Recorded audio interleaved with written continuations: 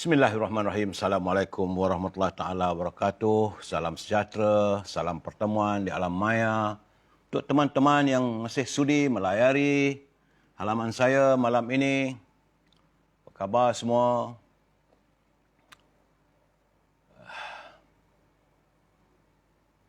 Saudara Man JB. Okey, terima kasih Man. Beri saya sedikit semangat. Saudara Basirun, saudara Syukur Ibrahim, saudara Mustafa Ilyas. Saya minta saudara tolong bagi like sikit. Saya ni dah lemah semangat. Saudara Samsul Anwar, Waalaikumsalam. Saudara Roslan Mulub. Bila saya tengok like, share begitu tu, adalah sedikit ya Man, adalah sedikit.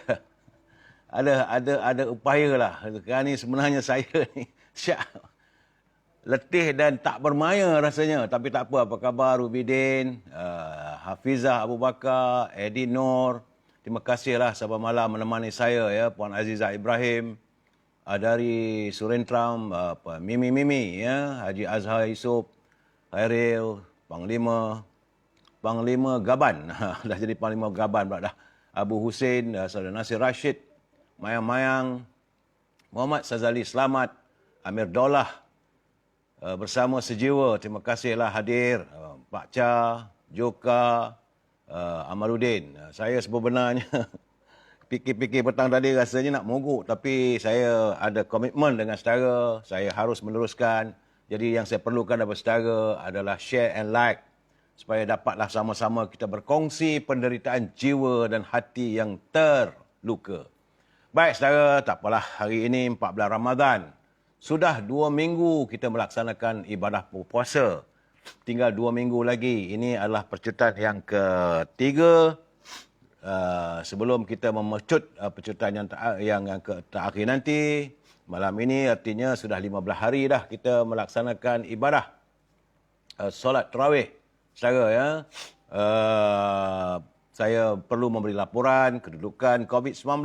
Hari ini tanggal 26 April 2021.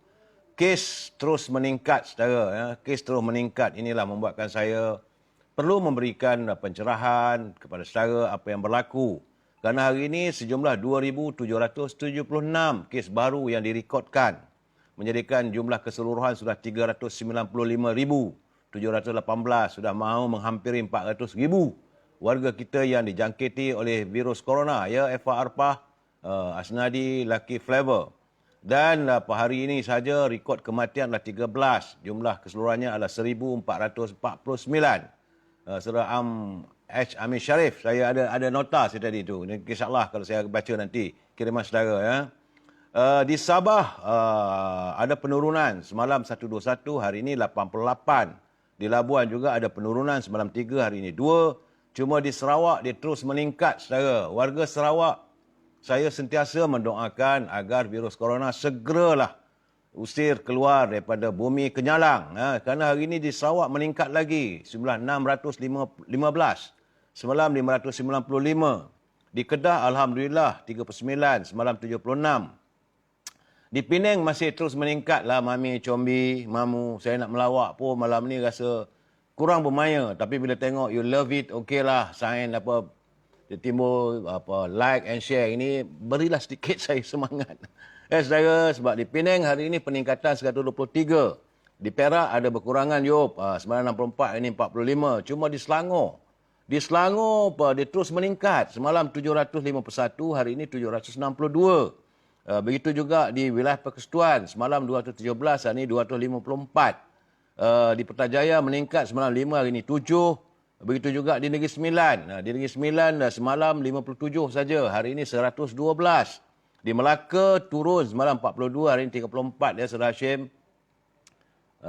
Datuk komen sikit pasal Menteri undang nak buka parlimen. Sekejap lagi saya akan cuba memberi pencerahan nanti. Di Johor, ya Allah, ya Tuhanku, kenapalah tiba-tiba elok kita ada tenang selama 3 hari lepas, 126. Kemudian dia meningkat 159. Sebab itu saya nyatakan semalam. Saya masih ingat lagi saya berpesan kepada warga Johor. Hari ini Johor merekodkan peningkatan yang amat ketara, iaitu 309. 2 kali ganda. 309 orang warga Johor sudah dijangkiti oleh virus corona. Di Pahang naik satu mata. Semalam 33, hari ini 34. Tapi di Terengganu alhamdulillah kembali single digit iaitu 9. Di Perlis alhamdulillah Pak Nazil kembali sifar. Saya ucapkan tahniahlah warga Perlis dalam kita keadaan begini, semalam 1, hari ini kita sifar. Dan di Kelantan, ini Kelantan juga saya melihat saudara, walaupun ada berkurangan semalam 518, tapi masih keredaannya tak cukup memuaskan hati kita, iaitu 343 warga Kelantan. Itu laporan COVID-19. Dan sebentar tadi Kementerian Kesihatan telah pun menghantar dalam wall saya mengesahkan bahawa vaksin AstraZeneca selamat digunakan dalam program imunisasi COVID-19 yang kini memasuki pelaksanaan fasa kedua.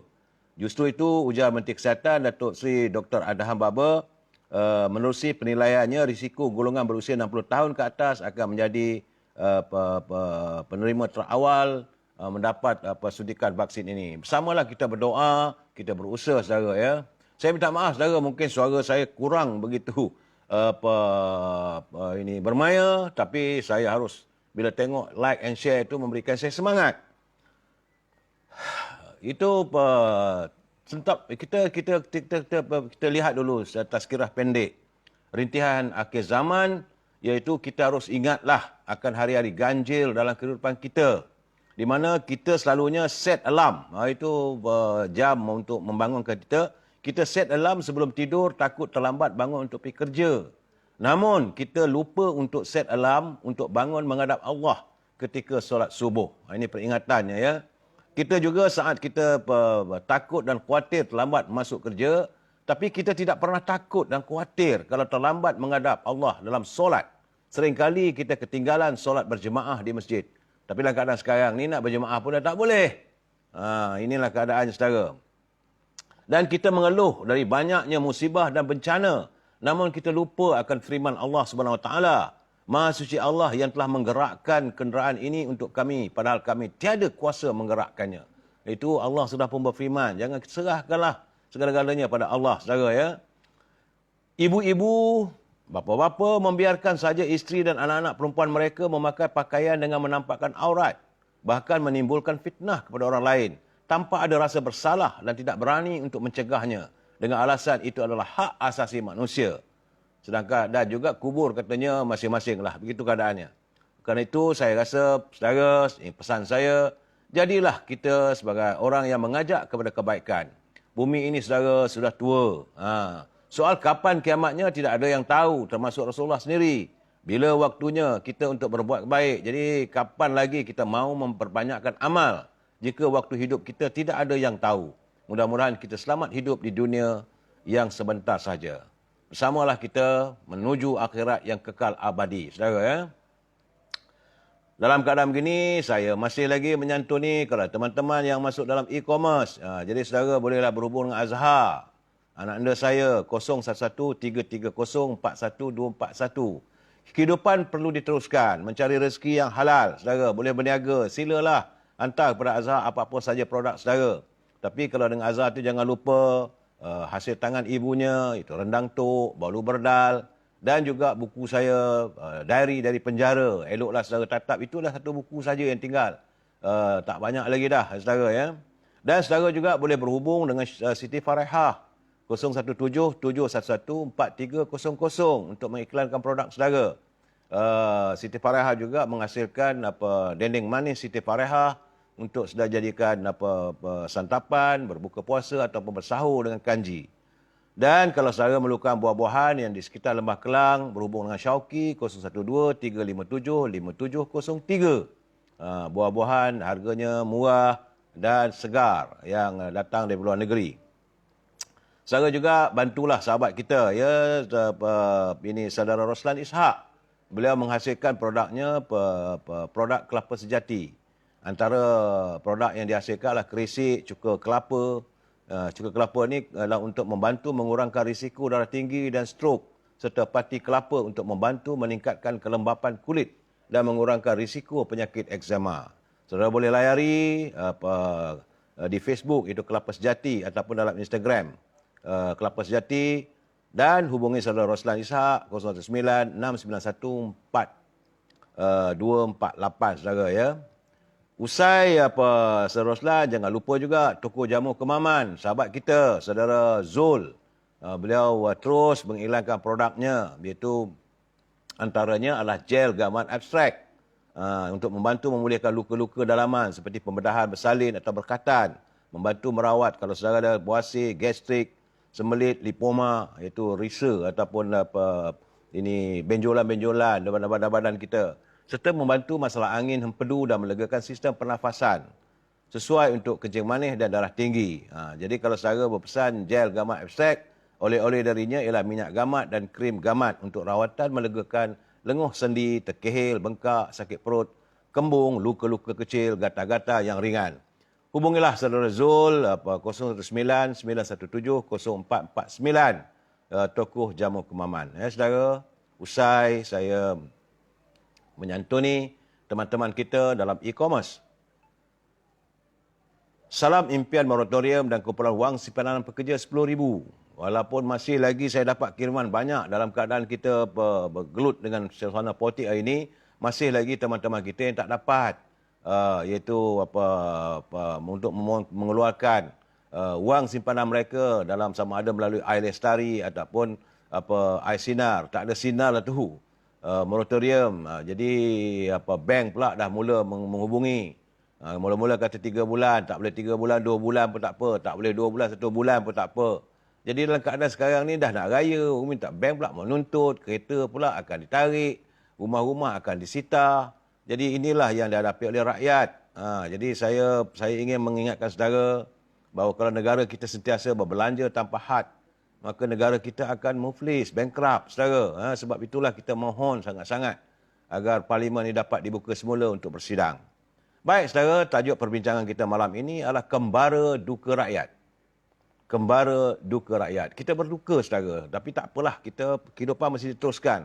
Sebelum saya memberi pencerahan tentang apa yang saya maksudkan dengan Kembara Duka Rakyat, kita santuni pantun Pak Nazil. Kata Pak Nazil, gulai senohong goreng gelama, lemak keladi sambal kerang. Bercakap bohong mudah diterima, menjadi zaman sekarang. Begitulah. Mereka bercakap bohong. Pemimpin-pemimpin kadang-kadang membohongi rakyat.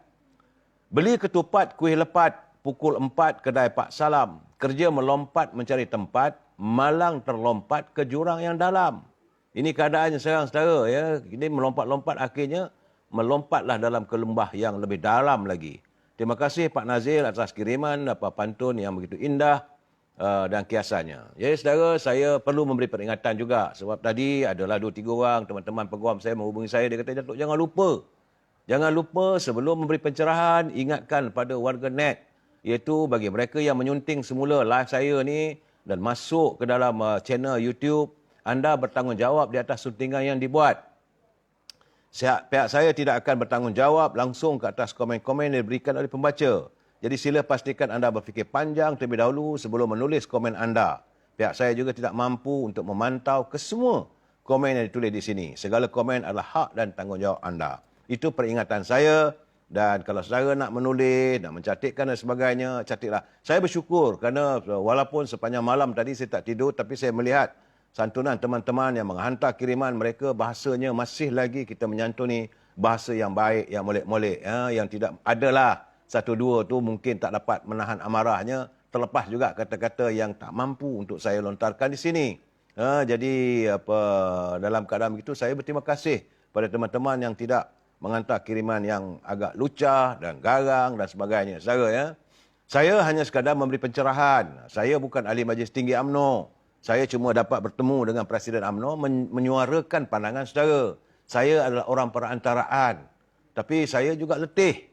Letih sebab saya begitu tinggi harapannya. Kerana sehari sebelum Majlis Tinggi bersidang, kita merasakan bahawa adalah sesuatu yang menggembirakan warga. Sebab kita ni dah terlalu banyak ditomah oleh mereka-mereka. Tapi apakan daya apabila Majlis Tinggi tidak menyentuh pun persoalan itu dan hanya menuntut supaya Parlimen segera dibuka untuk disidang. Saya tahu mungkin ini adalah tactical move. Tapi bagaimanapun harapan ahli-ahli juga perlu dipikirkan. Ya, Saudara Hanafi Syari. Dan hari ini barangan masih terus mencanak.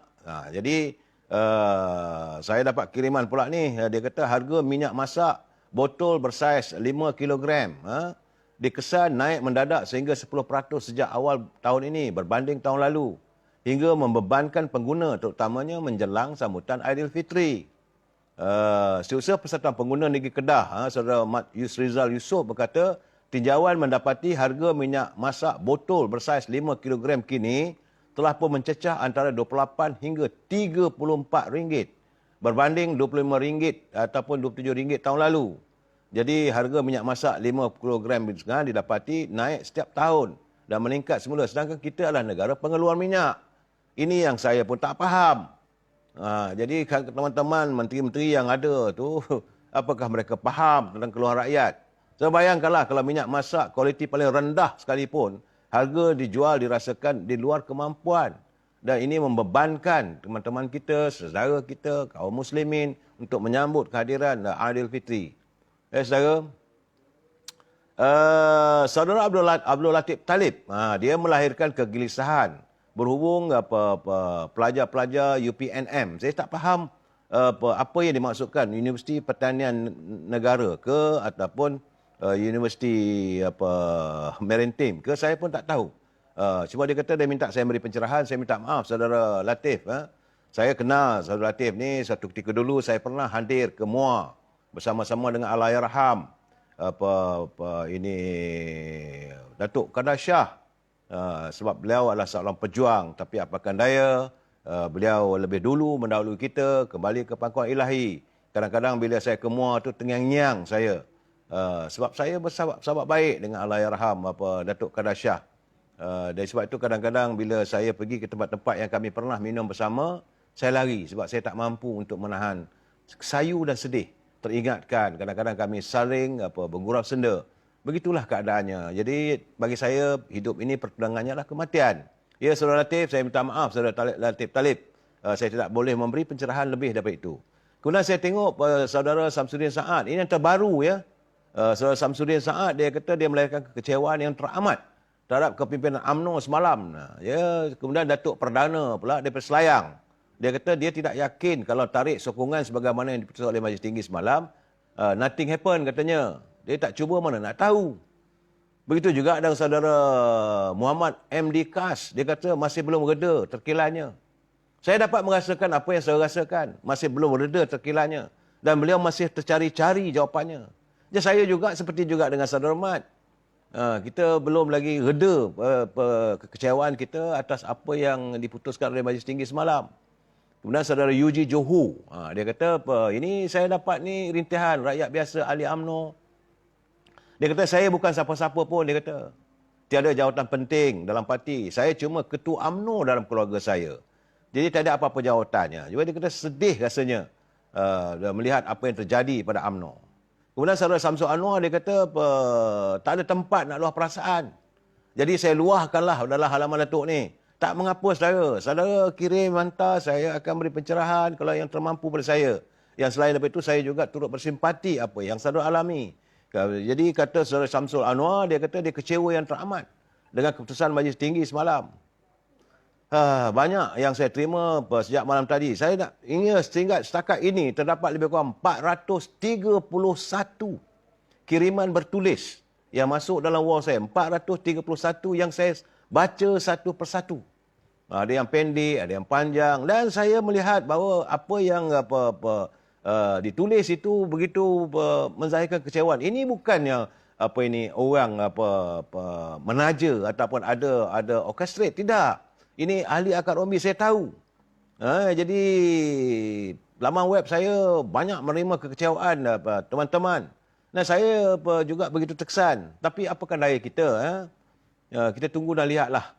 Bilakah Duli Yang Maha Tuan Agong akan memutuskan supaya Parlimen bersidang.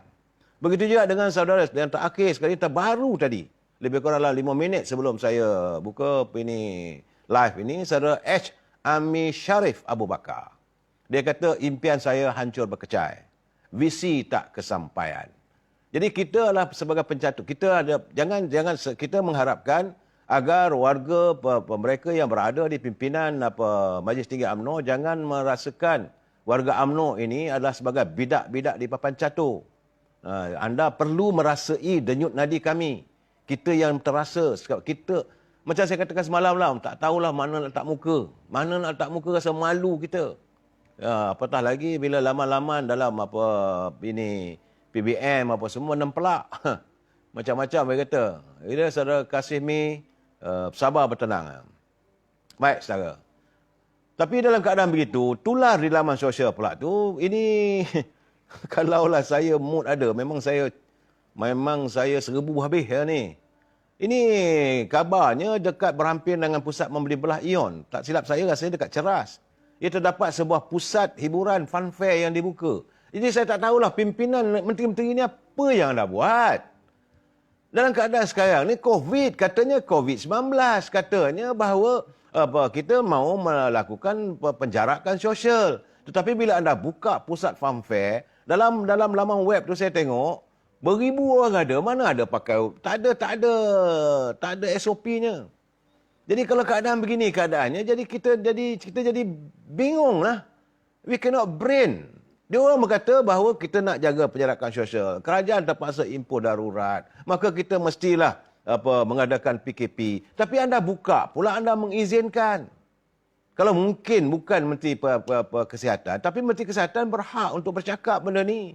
Kalau di sekitar Ceras ini, Menteri Wilayah Persekutuan. Kenapa dibuka? Anak-anak kecil, tua, muda, tanpa penjarakan sosial. Jadi, saya tertanya-tanya, apakah ini yang dikatakan sebuah negara sedang menjalani fasa darurat COVID-19? Bila kebebasan begitu di fun fair ini dibenarkan. Begitu juga apa yang berlaku malam semalam. Saya melihat tontonan malam ni, 2 malam lepas. Dalam web, tular laman sosial ni tentang warga Kota Raya membeli belah di Jalan Tar. Ribuan manusia. Jadi, kalau itu keadaannya, kenapa masjid tak dibuka? Saya cuma persoalkan masjid. Sebab kita nak solat, kita nak buat tarawih, berjemaah. Ini bukan dapat selalu, setahun sekali. Jadi saya harus itulah saudara Milo, saya takut darurat katanya. Darurat apa benda kalau macam ini? Pusat ini boleh belah terbuka. Pasar malam di Jalan Tar terbuka, orang beribu. Fun fair pula dibuka, masjid tak buka. Jadi kita kadang-kadang mengundang amarah Allah Subhanahu Wa Taala bila rumahnya tidak dibuka untuk kita. Ni salah PH tu, Razara. Ini saya tidak mahu untuk menyalahkan sesiapa. Saya absorb untuk diri saya lah. Saya kata, beginilah keadaan negaraku. Bila kita punya pemimpin tak menentu. Kemudian, saya dapat pula ini gambaran. Di Kelantan, masih lagi budaya sekampit beras seuncang harapan. Masih ada lagi pemberian beras. Kalau nak bagi tu bagilah. Kita bersyukur kalau pemimpin yang prihatin dengan kesusahan rakyat. Ini saya tengok di Kelantan lah. Sebab itu saya ingat malah ada beberapa pencerahan. Kelantan saya tulis itu. Iaitu mereka memberi bantuan. Biarlah seikhlas mungkin. Bagi beras tapi tak payahlah letak gambar Perdana Menteri, gambar wakil rakyat. Saya dah katakan zaman itu sudah berakhir. The time untuk kamu meletakkan seuncang sekampit beras, seuncang harapan bersama dengan selaikan pelekat ataupun kain batik. Ini bukan tak nak bagi. Kita tak persoalkan. Tetapi bukanlah dengan nawaitu politics. Berikanlah secara ini. Sebab ini keadaannya saudara. Jadi sekarang ni saya kadang-kadang tertanya apakah nilai untuk membeli sokongan rakyat oleh kalangan pemimpin ini hanya dengan seuncang sekampit beras dan selai kain pelekat atau kain batik. Hala cara politik kita dah berbeza. Nah ini pula di Kelantan. Tadi saya sempat berbual dengan teman saya daripada Kota Baru, seorang wakil rakyat. Petang tadi dia berbual-bual dengan saya kata macam mana Kelantan ni nak raya. Dia kata keadaan di Kelantan sebenarnya kita tak boleh salahkan sesiapa. Kita kena salahkan semua pemimpin. Ini saya rasa betul. Sebab masalah air ni kerajaan pusat 60 tahun UMNO memerintah. Barisan Nasional. Tapi di kerajaan negeri pula tu bersilih ganti dengan Parti PAS. Jadi tidak ditemui satu persefahaman untuk menyelesaikan masalah Kelantan. Saya kena ingat, di Kelantan sebenarnya adalah merupakan negeri yang menerima curahan air hujan terbanyak sepanjang tahun. Sebab itu, banjir seringkali berlaku di Kelantan. Malangnya, pimpinan langsung tidak memikirkan anugerah ilahi yang berupa air daripada langit yang diturunkan oleh Allah SWT itu. Mereka cuba cari jalan untuk menghalau air itu ke laut. Dipersia-siakan. Kenapa tidak dibuat dam ataupun simpanan supaya air-air yang turun ini dirawat? Dah 60 tahun merdeka. Rupa-rupanya saya dipahamkan di Kelantan tak ada tempat menyimpan air. Berbeza macam di Terengganu. Di Terengganu ada Tasik Kenyir. Besarnya kawasan Tasik Kenyir itu lebih besar daripada negeri Singapura.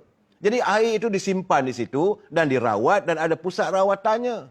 Begitu juga macam di Perak, ada Tasik Banding. Malahan di Pulau Pinang, yang mengambil air daripada Kedah dan sebagainya, di Pulau Pinang, yang mereka juga menerima tadahan air yang hujan yang tak seberapa. Tak ada masanya kemarau teruk. Tapi mereka mempunyai pusat menyimpan air. Tapi ini tidak berlaku di Kelantan. Jadi saya bila sebut begitu saya bertekuk, betul juga. Jadi sebagai saya yang bersalah sekarang ni, semua bersalah.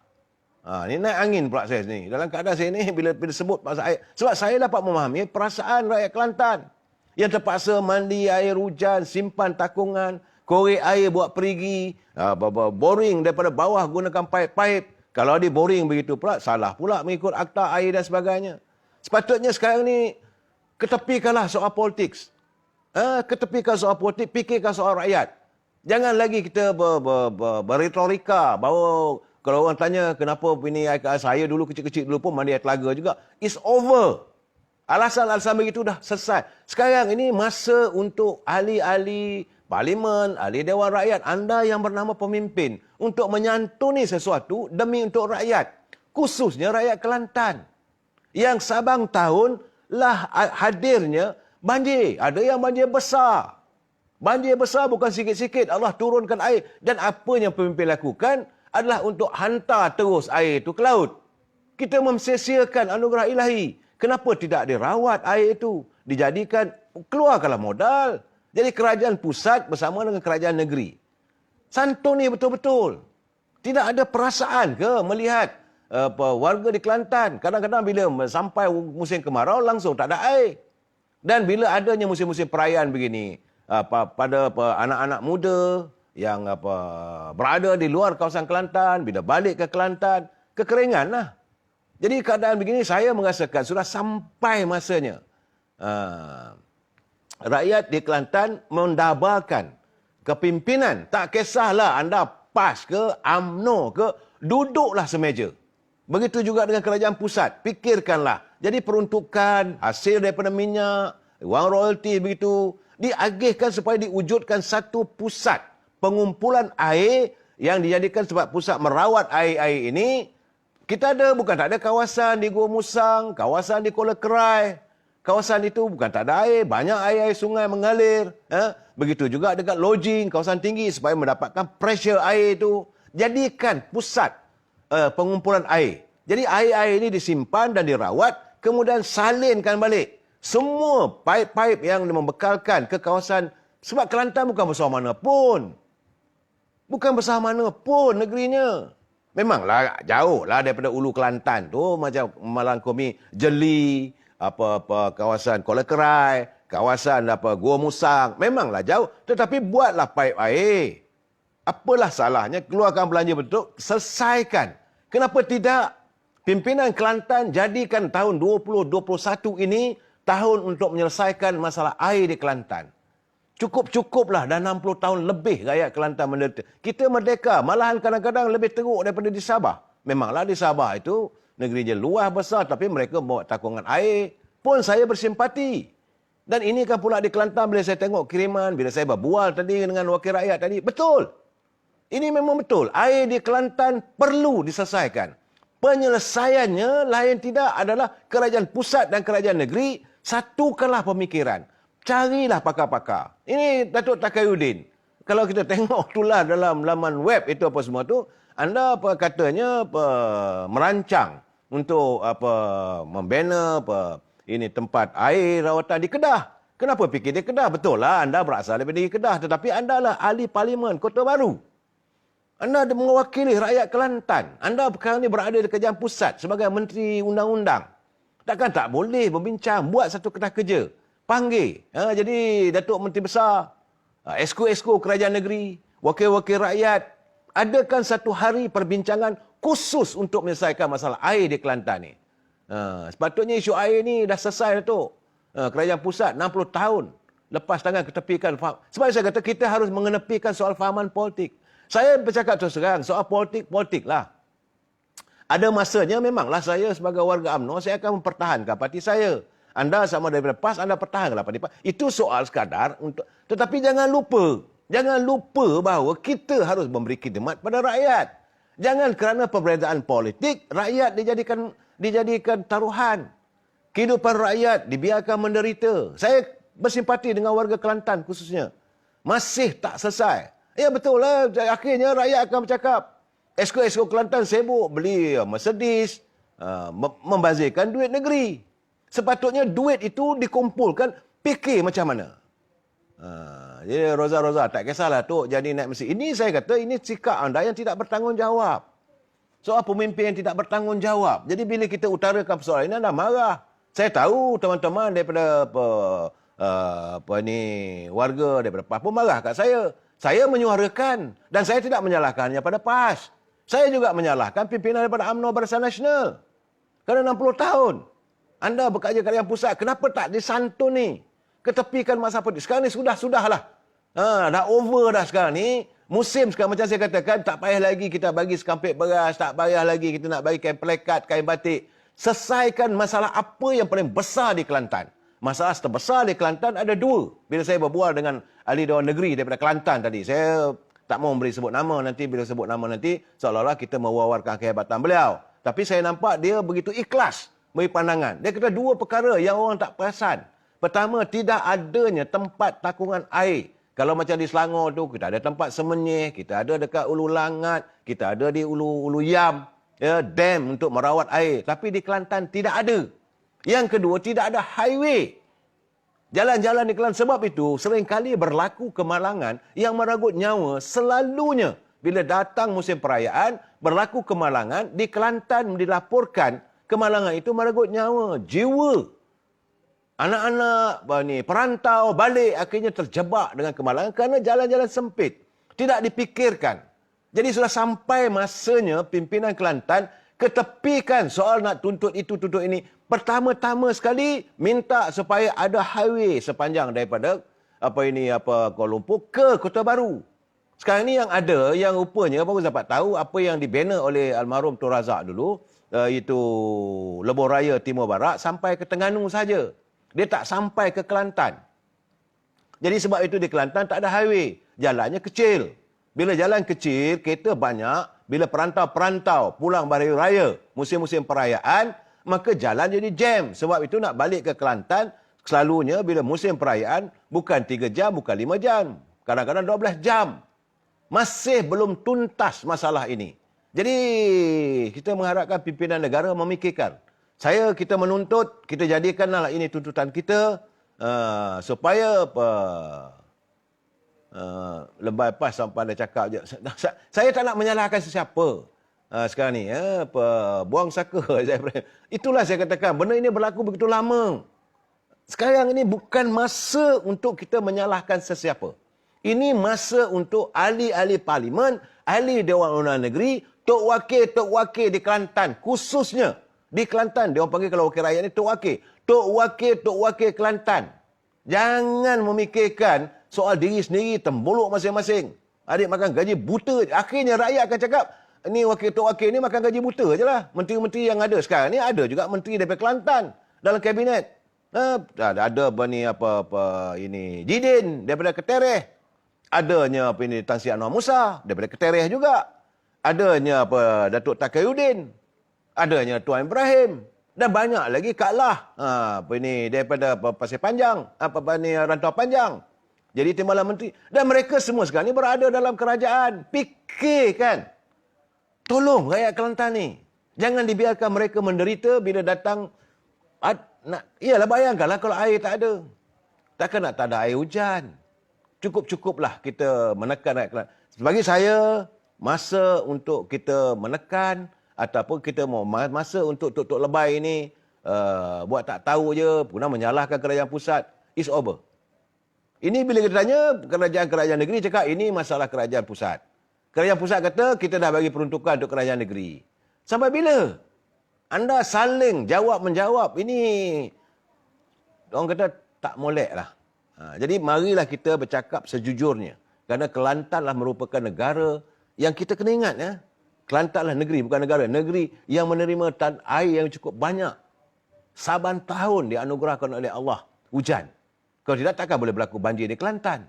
Tiap-tiap tahun banjir di Kelantan. Kenapa air itu disisirkan dan terus hanyut ke laut? Jadi ke laut lah je ni. Lebuh raya di Malaysia tidak akan membawa rakyat ke syurga. Joint power automatic. Ini saudara Mawar Melati. Itulah akhirnya rakyat akan membuat kenyataan-kenyataan sinis. Jangan kita bercakap soal syurga dan neraka. Kita bercakap soal kehidupan. Sebab baginda Rasulullah menyatakan, berusahalah kamu seolah-olah kamu akan hidup 1000 tahun lagi. Dan beramal ibadahlah kamu seolah-olah kamu akan mati esok hari. Ini sabda junjungan. Jadi anda tok lebay ni, duk bercakap, duk ceramah ni, duk ngempeng. Pergi turun ke desa-desa, kawasan-kawasan pedalaman. Enough. Jangan lagi kita nak persalahkan orang lain. Usahakan. Kalau anda tinggal di Guci, kalau anda tinggal di Kaduk, kalau anda tinggal di Jeli, bercakap soal air. Rakyat Kelantan nak air. Saya berseru pada warga Kelantan, buatkan hashtag, kami mau air secara tuntas. Why not? Kita jadikan ini sebagai kempen. Selagi tak dapat, selagi itulah kita suarakan kepada pimpinan, kita balun pimpinan cukup-cukup. Saudara, ini yang dapat saya santunkan berhubung dengan keadaan di Kelantan. Cuma ini kiriman tadi di Kelantan ni saya terkesan juga. Saya sedih. Saya sedih kerana melihat rupa-rupanya di Pasir Putih ada lagi warga emas yang terpaksa tinggal di sebuah pondok buruk. Tanah itu milik imam masjid, bagi pada dia tinggal. Sebab rupa-rupanya dulu dia meneroka tanah kerajaan di kampung Seri Keramat dekat dengan Pasir Putih. Tapi kawasan rumahnya telah dirobohkan. Kononnya untuk dimajukan dan janjinya dia akan diberikan tempat tinggal, rumah juga sebagai ganti. Tapi cuma dibayar RM1,000. Hari ini dia terpaksa hidup penuh penderitaan. Jadi saudara yang mana berhampiran tinggal di kawasan kampung Seri Keramat, berhampiran dengan Pasir Putih tu, jenguk-jenguklah saudara kita. Dia sendirian, hidup, isteri tak ada, anak tak ada. Jadi penderitaannya begitu menyentuh perasaan kita. Sebab dah sejak setahun lalu, nama dia saudara Muhammad Yusof Jidan, warga emas, usia 66 tahun dan berteduh di pondok yang dibina dengan usahanya sendiri menggunakan bekas-bekas kayu serta zinc-zinc rumah lama. Dan di atas tanah orang lain. Sedangkan rumah dia lama telah pun dirobohkan. Sebab itu kalau saya melihat, kalau ada pimpinan kerajaan negeri merobohkan rumah rakyat, memang saya terpanggil. Jadi tugas anda sebenarnya jangan memikirkan soal kekayaan. Fikirkan juga tentang rakyat. Kalau anda nak ambil tanah itu, fikirkanlah tempat gantinya. Anda membuat keuntungan beratus-ratus juta. Tapi rakyat hidup menderita. Sebab itu saya cakap terus terang, bukan hanya di Kelantan. Begitu juga macam mana berlaku di Paya Jaras. Begitu juga apa yang berlaku di kampung Bidaman. Saya kalau tengok rumah orang kena roboh, memang cepat jiwa saya ni terpanggil. Dalam kesedihan saya akan bingkas. Jadi saudara Portland, Kelantan indah khabar dari rupa. Begitulah Portland. Jadi akhirnya jadi begitu kenapa? Sebab Kelantan ini tanahnya tanah ini orang panggil pantainya pantai tanah sekebun bunga. Negeri Cik Siti Wang Kembang. Penuh dengan budayanya, banyak daya tarikan pelancongan boleh dibuat. Tapi kalau air tak ada macam mana? Kalau highway tak ada macam mana? Jadi infra perlu ada. Jadi Nur Musa sedap duk kursi empuk ulang-ulang lagi. Memang ini masalah pemimpin. Jadi habis tanah dah raup saput. Saudara, saya belum cakap soal tanah raup saudara ni. Kita tak mau jangan kita berpolemik dalam keadaan begini. Memang tanah diraup ini akan saya santuni sebab saya berhasrat saya akan mencari, memikirkan negeri ke negeri. Sebab kita dah sudah hampir dengan pilihan raya ni, elok kita santuni suasana negeri ke negeri. Jadi hari ini saya bercakap tentang negeri Kelantan. Penderitaan rakyat di Kelantan. Salah seorang yang saya dapat tu dia menumpang di Surau Al-Karamah, Kampung Seri Keramat. Sementara itu, tadi saya terkejut. Saya amat terperanjat. Petang tadi. Sekitar dalam pukul 7 sebelum berbuka puasa, saya layari internet saya tengok ada seorang warga di Kota Baru. Dia berniaga burger. Saudara Wan Muhammad Faizal Wan Kadir. Usia 38 tahun. Dia berniaga burger. Dan dia bukan pergi ke Pasar Ramadan. Sebab Pasar Ramadan dah ditutup. Dah tak ada di Kelantan, di Kota Baru. Jadi dia buat burger, buat depan rumah dia. Malam tadi kabarnya telah datang sepasukan pegawai-pegawai penguatkuasa dan mengambil tindakan menyaman beliau. Kerana dia buat berniaga, saman itu boleh mengakibatkan dia didenda sampai ke RM50,000. Takkanlah orang berniaga burger ni kamu nak charge, kerana dia berniaga sampai jam 11 malam. Saya pun hairan macam mana Menteri Datuk Ismail Sabri kata boleh buka sampai jam 2 pagi. Jadi keadaan begini sebenarnya arahan itu tak selari. Sepatutnya bila pusat dah mengatakan Pasar Ramadan boleh sampai pukul jam 2 pagi. Saya dah ingat apa yang kata Datuk Ismail Sabri untuk meniaga. Sebab mereka meniaga takkan waktu petang aja. Waktu petang orang buka puasa. Jadi yang ini pukul 11 malam. Dia kata menurut Wan Muhammad Faizal dia didatangi oleh 5 pegawai polis kira-kira jam 11 malam. Ketika dia sedang menyiapkan tempahan untuk dihantar kepada pelanggan sekitar rumahnya di Kampung Rambutan Rendang di Kota Baru, Kelantan. Kampung Rambutan Rendang di Kota Baru, Kelantan. Dia bukan buat buka tempat duduk untuk orang ngopi, tidak. Dia bukan ada meja, tidak. Dia bukan pula ada orang beratur tunggu makanan, tidak. Dia sedang menyiapkan untuk dihantar ke rumah-rumah. Pun kena RM50,000. Ni apa hal ni?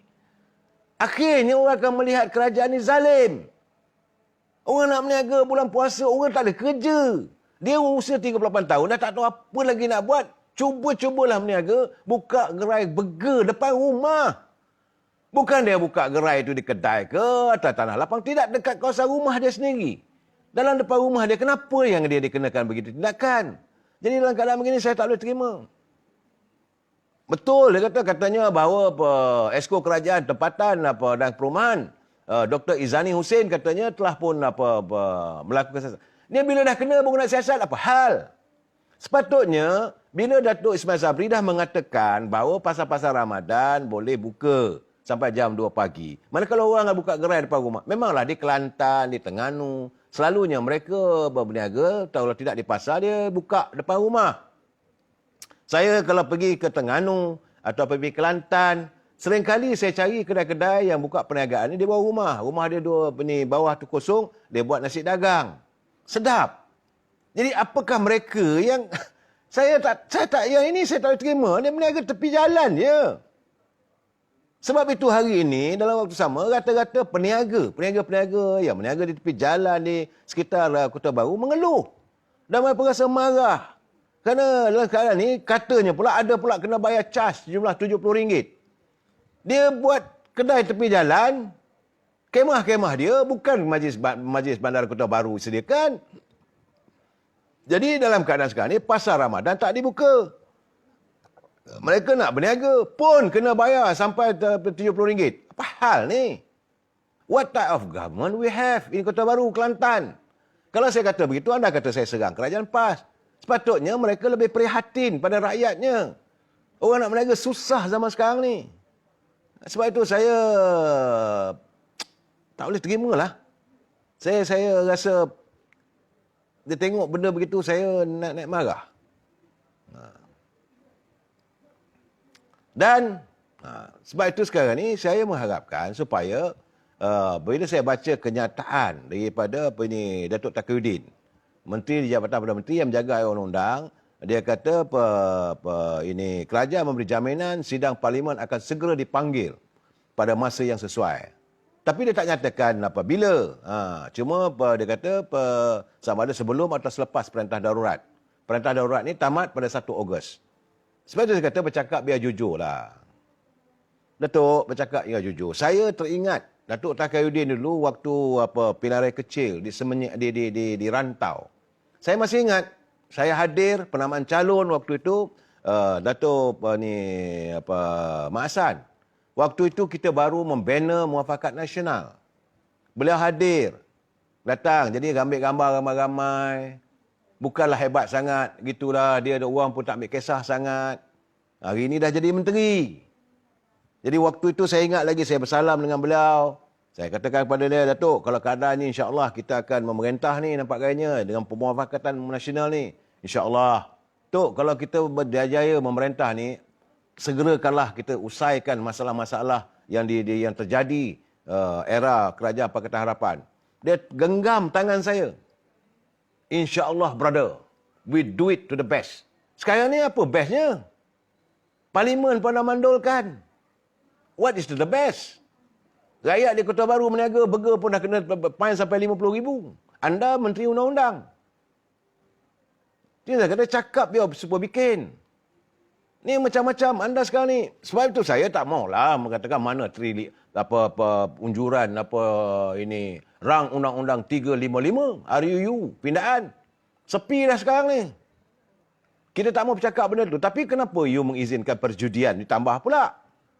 Dulu 8, sekarang ni tambah lagi 22. Jadi 22 campur 333. Jadi 355. Itu keadaan secara ya. Jadi saya haraplah supaya Datuk Seri Tauhidin ni benar-benar ikhlas, menyantuni, bercakap, biar jujur. Biar kalau betul ada persidangan parlimen, kita laksanakanlah parlimen. Jangan kita sembarangan lah. Cuma satu lagi ni saya heran. Pula ni timbalan menteri daripada UMNO. Pelik ni. Timbalan menteri daripada UMNO, Saudara Zaidi Zainul, dia pergi ke masyarakat orang asli di Negeri Sembilan. Dia berkempen untuk parti, bukan parti UMNO. Dia kata pilihan raya nanti kena undilah parti PN ni. Sedangkan kita dah memutuskan bahawa kita tak akan menyokong PN. Kita tak akan bersama dengan parti PBM. Saudara Zaidi. Hang ni lotlak lah. Maaf cakap lah. Awak lagu tu. Jadi sebab masa dia berucap di hadapan sekumpulan masyarakat orang asli di Ulu Beranang semalam, dia kata Zaidi mendakwa Kerajaan Pakatan Harapan. Saya sedap lah dia balun angkatan perata apa semua telah mengabaikan orang asli dan masyarakat luar bandar. Sebab itu orang luar bandar ini sentiasa dijaga terutama oleh orang-orang yang jadi wakil rakyat Barisan Nasional. Dulu-dulu Datuk Zakaria dia kata, wakil rakyat BN dia jaga, sebab itu saya tengok banyak kawasan orang asli hebat. Kerajaan BN, kerajaan dulu sekarang. Tapi sekarang ni untuk pilihan raya akan datang, sokonglah Perikatan Nasional. Saya kata apa hal ni? Ini orang perlih ni memanglah. Ni dia, bagi saya, dia sudah melanggar etika parti. Bila anda menyokong parti yang bukan parti kita. Jadi saya, dalam keadaan begini, Saudara Zaidi, saya kena ingat, tiap-tiap ucapan anda itu dilihat oleh rakyat. Ditonton dan didengari oleh warga UMNO. Jangan pula anda menjadi salah seorang lagi petualang daripada UMNO. Berada dalam rumah UMNO memuji parti lain. Jadi anda bersikap seperti serigala yang berbulu ayam. Ini saya katakan terus terang, saya tak boleh terima keadaan ni. Baik saudara. Ini sekedar santun pula tentang kembara duka rakyat. Jadi sebab macam saya kata tadi lah, sepanjang malam saya tak dapat tidur semalam. Ramai. Saya juga turut terkesan. Saya juga merasa hiba. Bagaimana pimpinan dirasakan gagal menterjemah. Saya merasakan pimpinan Majlis Tinggi gagal menterjemah isi hati warga akar umbi. Dan dalam keadaan begini, saya tadi ambil keputusan duduk kat rumah, duduk menor, nak jumpa keluar ke, nak masuk dalam website pun, rasa malu lah, takut disanggah oleh orang daripada Parti Keadilan, orang daripada Parti PAS, orang daripada Parti PBM.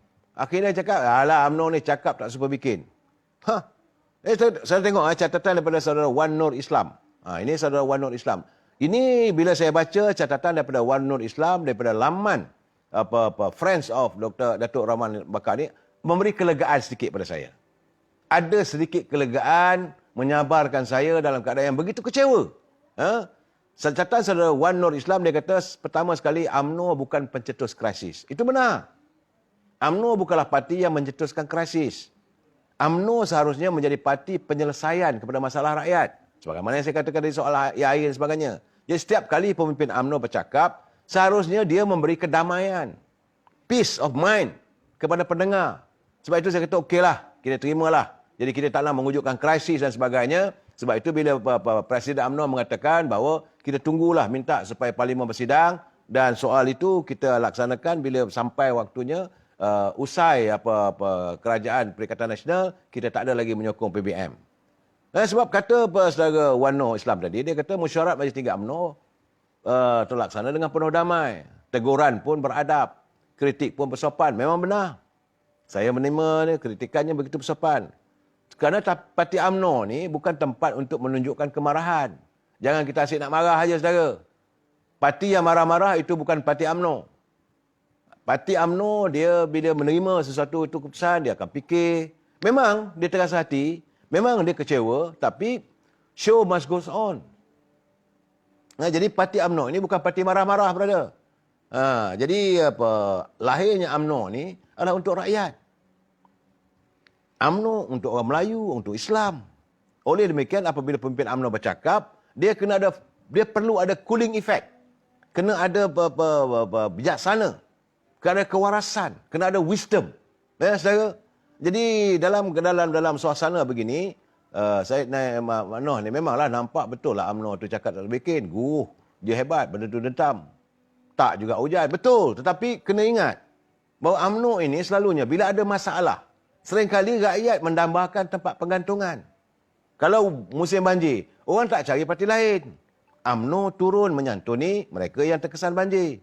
Kalau ada pukul ribut, warga UMNO menyantuni. Apabila berlaku musibah, kebakaran, atap rumah orang UMNO memberi bantuan. Anak-anak nak ke sekolah, UMNO menyantuni. Memang itu adalah parti UMNO. Jadi kita sentiasa menyantuni rakyat. Sebab kita ada perjuangan. Perjuangan kita untuk rakyat. Dan sebab itu memanglah kita rasa kecil hati, kita kecewa. Kekecewaan ini dipunca oleh mereka. Sebab mereka yang menggamit masalah pada kita. Kita dah beri sokong pada mereka, mereka mentertawakan kita. Sebagaimana kata Dato' Azmi tadi, mudah, dah tahulah tu bisa. Kau bawa masuk dalam kelambu. Kalau dia tak patut pun dia belitnya kita. Ini yang sekarang ni berlaku dalam UMNO. Jadi sebab itu kita tidak boleh membiarkan rakyat merasakan UMNO ini parti yang bermasalah. Atau parti yang berada dalam krisis. Kita tak boleh menggambarkan seolah-olah UMNO ini parti yang bermasalah, parti yang sedang dalam krisis. Kerana pemilihan parti UMNO seharusnya berjalan mengikut jadual. Presiden dah bagi tahu. Cuma Majlis Tinggi UMNO menanti apa pula komen daripada ROS dan Majlis Keselamatan Negara. Apa SOP-nya nak laksanakan. Artinya pemilihan akan diadakan. Jadi kalau kita mengadakan pemilihan, jangan kita tonjolkan parti kita ni parti bermasalah. Cuma saya terfikir sekarang ni, okeylah. Kalau saudara nak tolak lah presiden kita nak siapa gantinya? Kita kena harus mencari pemimpin. Memang benar anak-anak muda ada, tapi anak-anak muda yang bagaimana?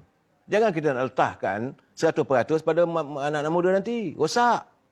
Sebab dalam memimpin parti politik, dia perlu ada pemikiran yang luas, kena ada kesabaran, kena ada ketenangan, kena ada jiwa.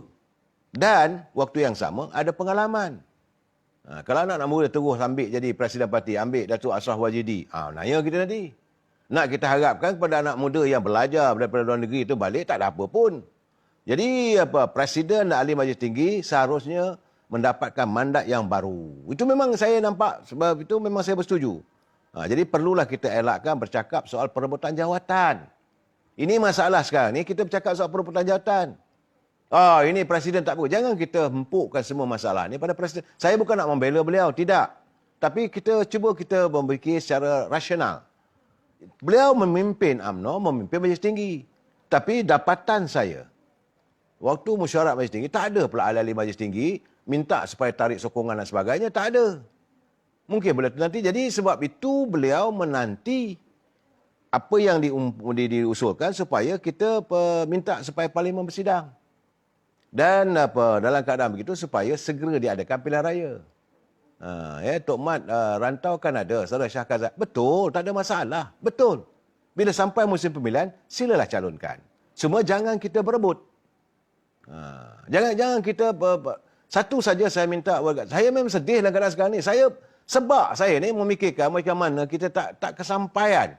Memanglah kita tapi apakah kita nak tengok orang bergomol, orang bertumbuk aja kan? Jadi Pok Jis, kuli terbaik itu memanglah saya sentiasa mengatakan, tapi warga UMNO kadang-kadang tak mau terima. Saya kata untuk keadaan sekarang ini, untuk tenteramkan dalam keadaan peace, untuk interim, untuk seketika ni, apa salahnya? Kita kemukakan calon yang ada pengalaman, yang tahu. Tapi bila saya sebut Tengku Razali nanti, mulalah orang balon dia macam-macam. Saya tak setujulah benda begitu. Saya kadang-kadang bercakap dengan Tengku Razali, saya bersimpati dengan beliau. Beliau mempunyai pengalaman, boleh memimpin, bersedia untuk memberi pimpinan, tapi kalau nak bertanding, kena ada kempen. Bila kempen, kena keluar duit. Bila kena keluar duit, kita nakkan khidmat dia, kita nakkan pemikiran dia, kita perlukan jasa baktinya, tapi waktu sama dia kena keluar duit. Kelih mabuk pun lagi, saya kata macam ni. Ini gambaran sebenarnya, saudara. Kalau kita ikhlas, benar, mahukan yang Muhammad Mulia Tengku Razali, sila.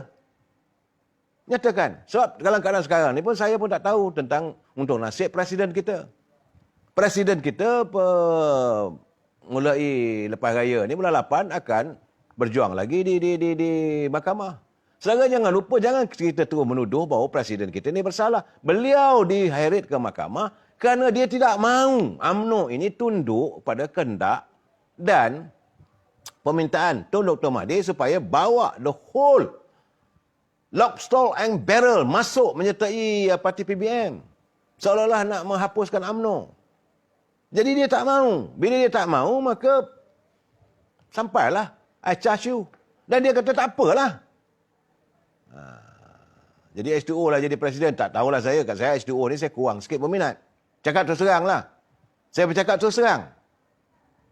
Sebab bagi saya, kalau tak ada Datuk Zahid Hamidi, ada Tengku Razali. Orang lama. Tapi bila saya cakap benda begitu, saudara makilah saya pula. Saya tak maulah. Saya tidak mahu jadikan saya punya medan ini untuk berkempen untuk seseorang. Tidak. Tapi saya seringkali memberi pencerahan. Bukan UMNO tidak ada pemimpin. UMNO ada mempunyai pemimpin. Jadi sepatutnya sekarang ni bukan masanya kita mewujudkan kluster itu, kluster ini, kluster menteri. Saya sebenarnya yang saya sonsong saban hari itu, kerana saya marah sebab menteri-menteri kita tak melaksanakan tugas tanggungjawab.